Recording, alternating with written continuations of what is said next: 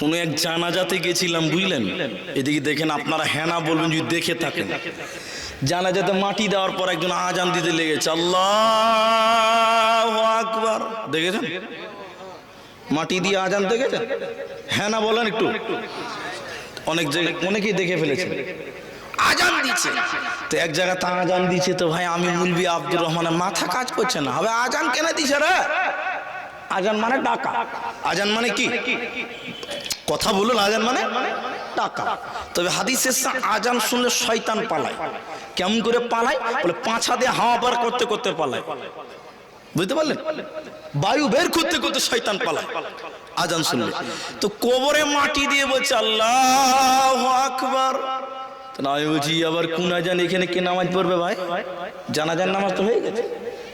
কইছে আপনি বক্তা মানুষ, আপনি জানেন না? মানে বক্তা হলে সব জানতে হবে নাকি? বক্তা হলে সব জানতে হবে। আমি বলছি ভাই আমার নাও জানা থাকতে পারে, জানান।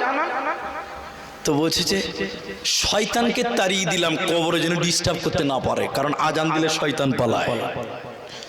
বুঝে কত নম্বর শয়তান তো আমি আর বলতে পারছি না। আরেক জায়গাতে দিচ্ছে, এটা কাগজ দেন, এটা কাগজ দেন, হ্যান্ডবেল দেন না গো। আরেক জায়গাতে দেখছি কবরে, বুঝলেন, যখন কবরে লাশটা মাইয়াত রাখছে, এরকম একটা সাদা কাগজ, ওতে কবরে প্রশ্ন উত্তর লিখে দিচ্ছে যে মান রব্বুকা রব্বি আল্লাহ, মা দীনুকা দীনুল ইসলাম, মান নবিয়ুকা নবী মুহাম্মদ রাসূলুল্লাহ সাল্লাল্লাহু আলাইহি ওয়াসাল্লাম লিখে কবরে ভিড়ে দিচ্ছে, এরকম করে ভরে দিচ্ছে, এরকম করে ভরে দিচ্ছে। তা আমি বললাম বুড়ি সর্বনাশ, আপনাদের কবরে ফিরে কাগজে নিয়ে যাওয়া যায়?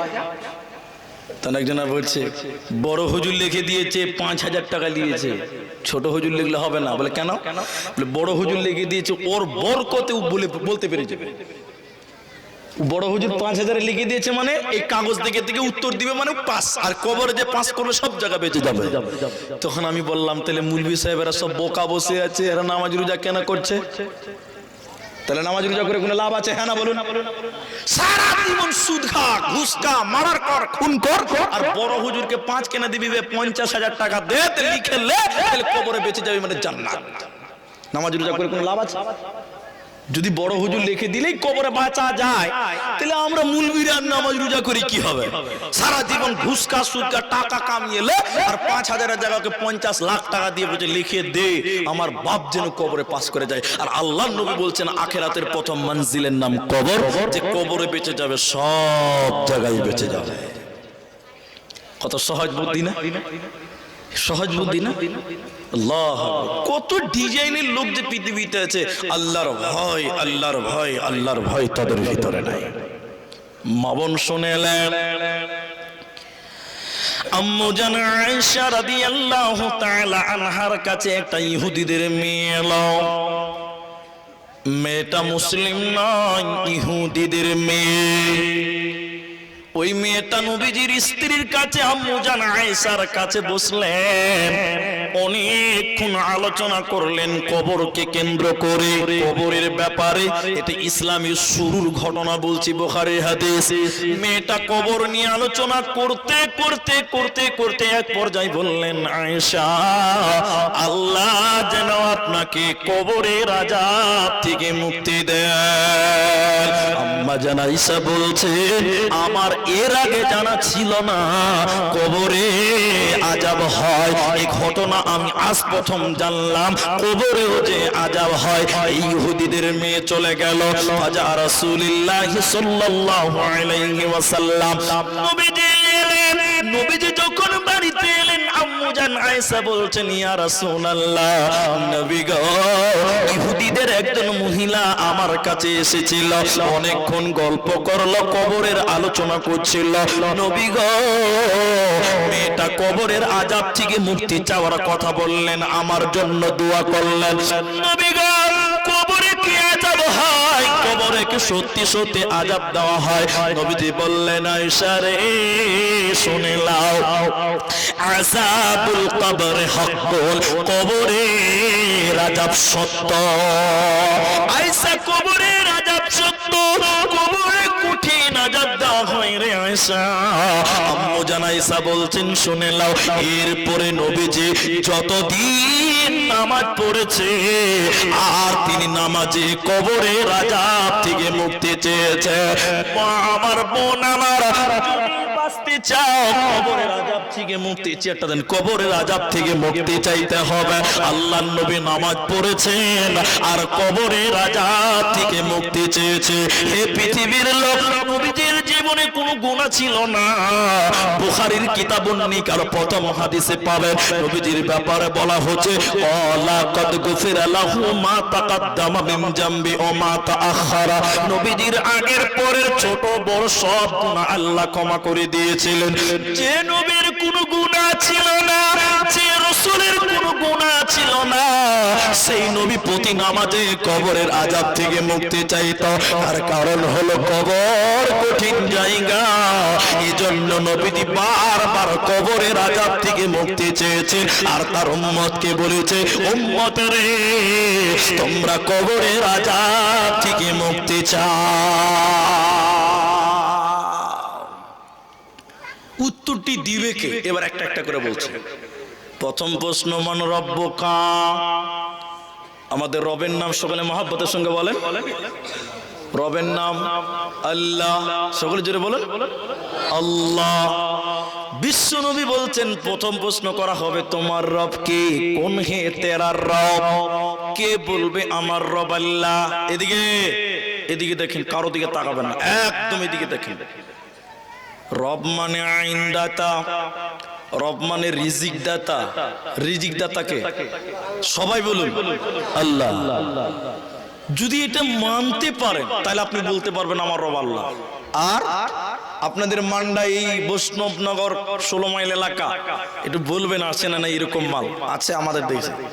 একজন নতুন দোকান দিয়েছে, বুঝলেন, বেশি মাল বিক্রি হচ্ছে না, মানে বড়লোক হতে পারছে না। নতুন ব্যবসা শুরু করেছে, বড়লোক হতে পারছে না, বড়লোক হতে পারছে না। হুট করে তখন মুলবি সাহেবের কাছে যে বলছে, মুলি সাহেব একটা তাবিজ দেন যেন আমি তাড়াতাড়ি বড়লোক হয়ে যাই। এরকম লোক আছে না? না হ্যাঁ না বলুন। হ্যাঁ, মাথা মোটা লোক গো, বিদ্যা তো নাই, বুদ্ধিও নাই। বুদ্ধি নাই মানে, আচ্ছা মুলবি সাহেবের কাছে যেছে যে বড়লোক হওয়ার জন্য। মুলবি সাহেবের তাবিজে যদি বড়লোক হতে পারতো, বরকত হতো, তাহলে মুলবি সাহেবের বেতনে কেন বরকত হয় না? কথা বুঝতে পারছেন? মুলি সাহেবের তাবিজে যদি বরকত হতো বা বড়লোক হতো, মুলবি সাহেব আজকে 25 বছর থেকে ইমামতি করছে, এখনো 10,000 পার করতে পারছে না। ওর তাবিজে যদি তোমার মাইনে বেড়ে যায়, বরকত হয়ে যায়, তো মুলবি সাহেব নিজে এমন তাবিজ বানবে ওর বেতন 1 লাখ টাকা হতো। হতো কি হতো না? কথা বলুন, হতো। কিন্তু পাবলিক বুঝতে পারছে না, মুলবিদের তাবিজের পাওয়ার আলাদা। যে বলছে দোকানে বিক্রি হয়ে যায় না, তাবিজ দেন। আচ্ছা, বিক্রি করনে ওয়ালা, বরকত দেনে ওয়ালা, রিজিক দেনে ওয়ালা কে? আল্লাহ। তোমার ব্যবসাতে বরকত হচ্ছে না, চাইতে হবে কার কাছে? আল্লাহর কাছে। আল্লাহর নাম রাজ্জাক। কবরে কে বলবে আমার রব আল্লাহ? আল্লাহর যতটি সিফাতি নাম আছে, ওই নামের অর্থর দিক দিয়ে তিনি গুণান্বিত। সেগুলোর উপরে যদি বিশ্বাস করে দুনিয়াতে একীন হয়ে যদি আপনি চলতে পারেন, আপনি বলবেন আমার রব আল্লাহ। আল্লাহর আরেকটা অর্থ হলো আইনদাতা। রব মানে আইনদাতা। এবার আপনাকে যদি তুলে ধরি, রুস্তম আলী, তুমি বলো তোমার রব মানে ছিল আইনদাতা। তোমার বাড়িতে আল্লাহর আইন ছিল। বাড়িতে মেয়েটা পর্দা করে না, ছেলেটা নামাজ পড়ে না, ছেলেটা গাঞ্জা খায়, এরকম বাড়ি আছে না নাই? আছে। বাড়িতে রবের কোনো আইন নাই, তো কি করে আপনি বলবেন আমার রব আল্লাহ? আল্লাহ বলবেন হতভাগা, তোর বাড়িতে আমার কোনো আইন ছিল না। তাহলে আল্লাহ কে বলবে? কোরআন খুলেলেন, কোরআন বলছে ইন্নাল্লাযীনা ক্বালু রাব্বুনাল্লাহ, ইন্না নিশ্চয়ইল্লাযীনা যে বাজারা, ইন্নাল্লাযীনা ক্বালু রাব্বুনাল্লাহ, যারা বলে আমার রব আল্লাহ, আল্লাহ আমার রব, সেই রবই আমার সব। আল্লাহ আমার রব, সেই রবই আমার সব। এর উপরে যে অবিচল থাকতে পারবে, নবী আল্লাহ কোরআনে বলছেন, নিশ্চয় যারা বলে আল্লাহ আমার, ওই বেনামাজি বেপরদা নারী এত জোরে কান্দে বন্ধুরে, ওর কান্নার আওয়াজ তামাম পৃথিবী শুনতে পাবে, শুধু শুনতে পাবে না মানুষ আর জিন। অতএব কবরে যে আল্লাহর নবীর পরিচয় দিতে পারবে না, লোহার হাতুড়ি দিয়ে তাকে কবরে পিটানো হবে, এত জোরে মারবে ওর হাড় হাড্ডিগুলো ভেঙে যাবে, লোহার হাতুড়ি দিয়ে পিটবে, ওর বাঁচার উপায় রবে না, রবে না। কবর কবর কবর হায় রে, কবর গাহের মাটি, দুনিয়ার সব মায়ার পেছনে তোমারে জেনেছি খাটি। কবর কবর কবর হায় রে, কবর গাহের খার, না জানি কখন আসিয়া যাবে হায় সেই অজানা দেশের ডাক। রবে না সেদিন পিতার আদর, মাতার স্নেহের কোল, বন্ধু সকলে ব্যথা অনুভূতি শিশুদের কলরব। কবর কবর কবর হায় রে, কবর গাহের খাক, না জানি কখন আসিয়া যাবে হায় সেই অজানা দেশের ডাক। একটি সকাল একটি বিকাল কাটেনি যাদের ছাড়া, ভাবিতে পারিনি কেমনেতে হায় পর হয়ে যাবে আজ তারা। তেমনি একা একই আসিল ভবে, একা একই যাব বিদায় কালে, পথের সাথী কোথায় গো পাব। কবর কবর কবর হায় রে, কবর গাহের মাটি, দুনিয়ার সব মায়ার পেছনে তোমার জেনেছি খাটি।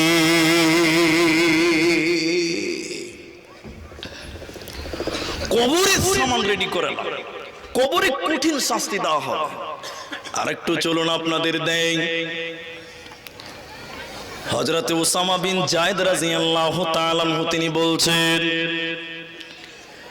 কবরের কঠিন শাস্তির কথা আপনাদের জানাতে চাই। মা আমার, বোন আমার, একটু নজর দেন এদিকে, টেনশন হন। নবীজি কোনো একদিন কোনো গাধার উপরে, খচ্চরের উপরে আরোহণ করছিলেন কোনো এক বাগান দিয়ে। একদম এদিকে অ্যাটেনশন হন, বুঝতে পারবেন নাহলে কিন্তু ভুল হবে।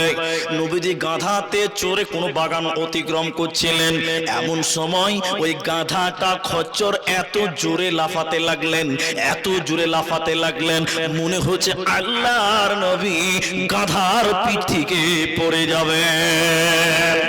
নবীজির গাধা যখন লাফাতে লাগলেন, নবীজি গাধার পিঠ থেকে নেমে দাঁড়ালেন, নেমে দেখলেন ওই জায়গাতে 5টা 6টা 4টা এরকম কিছু কবর রয়েছে। নবীজি ওখানকার লোকদেরকে বললেন, তোমরা কেউ চেনো? যারা কবরে চলে গেছে তাদেরকে কেউ চিনতে পারছো? তাদেরকে কেউ জানো? একজন বলছে, হুজুর আমি জানি। এরা কারা? এরা কারা? নবীজি বলছেন, এরা সবাই মুশরিক।